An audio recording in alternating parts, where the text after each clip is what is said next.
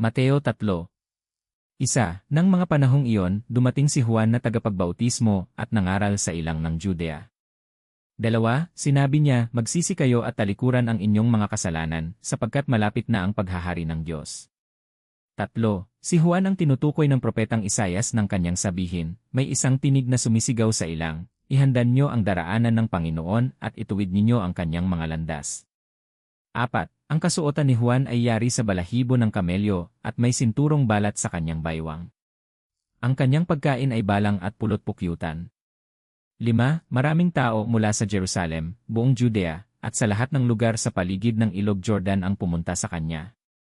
6, ipinahayag nila ang kanilang mga kasalanan at binautismuhan sila ni Juan sa Ilog Jordan. 7, nang makita ni Juan ang maraming Pariseo at Saduseo na lumalapit upang magpabautismo, sinabi niya sa kanila, kayong mga lahi ng ahas. Sino ang nagsabi sa inyo na makakatakas kayo sa darating na puot ng Diyos?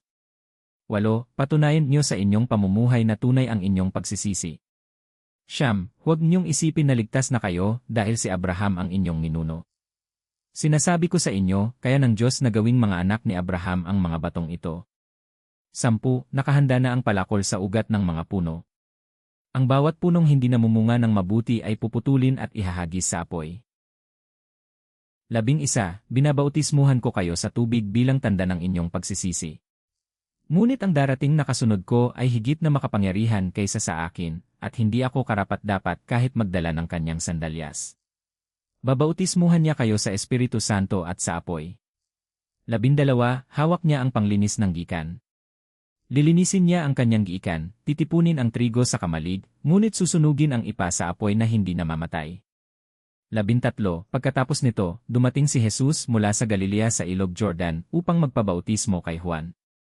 14 na, ngunit sinubukan siyang pigilan ni Juan at sinabi, ako ang dapat mong bautismuhan, at ikaw pa ang lumalapit sa akin. 15, sumagot si Jesus, hayaan mo muna ngayon sapagkat nararapat nating tuparin ang lahat ng hinihingi ng Diyos. Kaya pumayag si Juan. 16 na, pagkabautismo kay Jesus, agad siyang umahon mula sa tubig. Nabuksan ang langit, at nakita niya ang Espiritu ng Diyos na bumababang tulad ng isang kalapati at dumapo sa kanya.